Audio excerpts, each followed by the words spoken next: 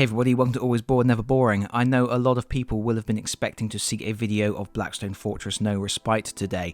I assure you, that video is in the works and I'm hoping to have it uploaded tomorrow, Sunday the 23rd. But I wanted to do a quick video because today Games Workshop have made some new reveals at the New York Toy Fair, and there's a few things that are interesting to me. I'm going to quickly run through everything that they've shown. First of all, they have more Gox Crushers from Warhammer Underworld's Beastgrave. So this is a new set of Orc brutes, and I guess, I don't know, a little bit unexpected. Have they got through most of the major races by now in Underworlds? I have stopped following Underworlds, really.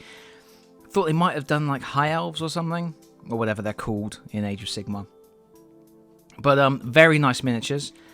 Just not necessarily what I was expecting.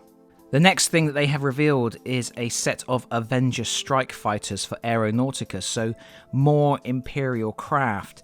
Again, this strikes me as a little bit surprising. They've already teased the second box set, the second starter set, and that's Imperial versus Tau.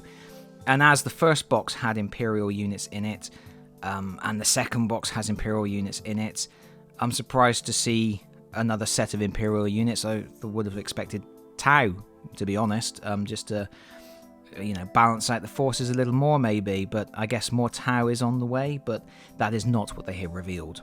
But now we get to the stuff that is really interesting to me. Most interesting of all is Rise of the Orks, which is a Space Marine Adventures game. So this is the second game in the Space Marine Adventures series, and it looks completely different to Labyrinth of the Necrons. It's actually a tower defense game. Again, it's for 1 to 5 players and it is cooperative. The players are represented by miniatures and the enemies are represented by cardboard tokens on the board, so those things are similar, but beyond that it looks quite different. The unit cards are different, the special skill cards appear to be different. It looks like a fixed or semi-fixed board, with units coming in from all directions whilst the Space Marines are attempting to protect a central area or perhaps possibly nodes around the board, having emerged onto the board from a central area. But it is effectively a tower defense. The Space Marines look like they work very differently. They seem to have health bars, health trackers. Obviously in Labyrinth of the Necrons, the Space Marines only had 2 wounds. They were either healthy, wounded, or dead. What is of particular note here as well is the use of the miniatures. With Labyrinth of the Necrons, all of the miniatures came from the first wave of Space Marine heroes, which are the blind boxed figures.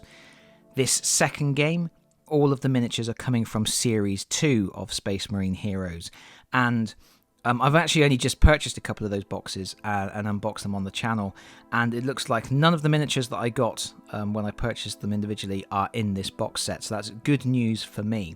It actually looks like the 4 uncommon miniatures from Series 2. So there is an assault cannon, thunderhammer with storm shield, a regular storm bolter, and then one with a cyclone launcher, which I believe were all the ones that were 1 in 10 rarity in Series 2 of Space Marine Heroes. The 5th character is armed with a flamer and a power fist with, I think it's got like a chainsword attachment. That miniature I do not believe was in the American/UK release of these characters. I think that one was only in the Japan series. I may be wrong on that, but that's where I think that one's come from. But this is looking very exciting, very interesting. Obviously, I'm a massive fan of Space Marine Adventures, Labyrinth of the Necrons, so to see a second game in the series, possibly with some similarities, but obviously a very different sort of game, that's looking good to me. The second game they have announced is called Crypt Hunters, and we have Stormcast Eternals fighting against chain rasps in an evolving labyrinth.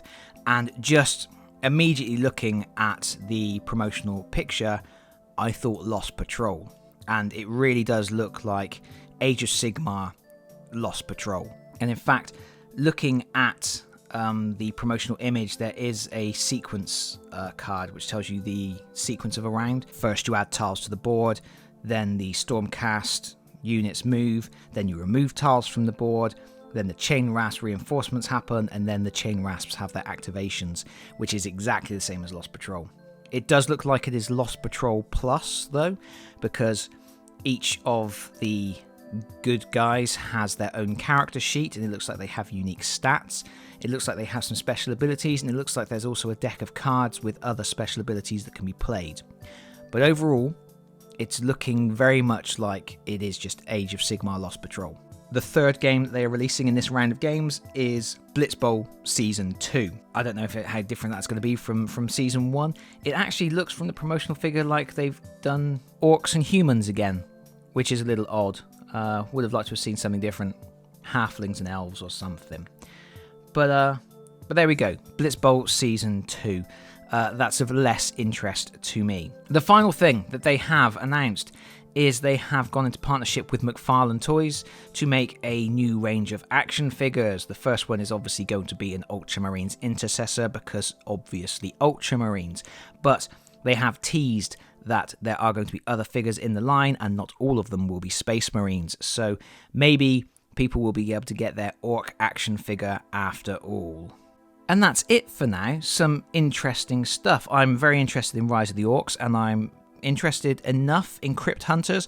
Games Workshop really messed up the rules when they re-released Lost Patrol. If they can take those rules and then introduce some extra layers like skills, a deck of cards that you can employ, individual stats for the characters that might help to level out the difficulty of Lost Patrol, that could be a really good game.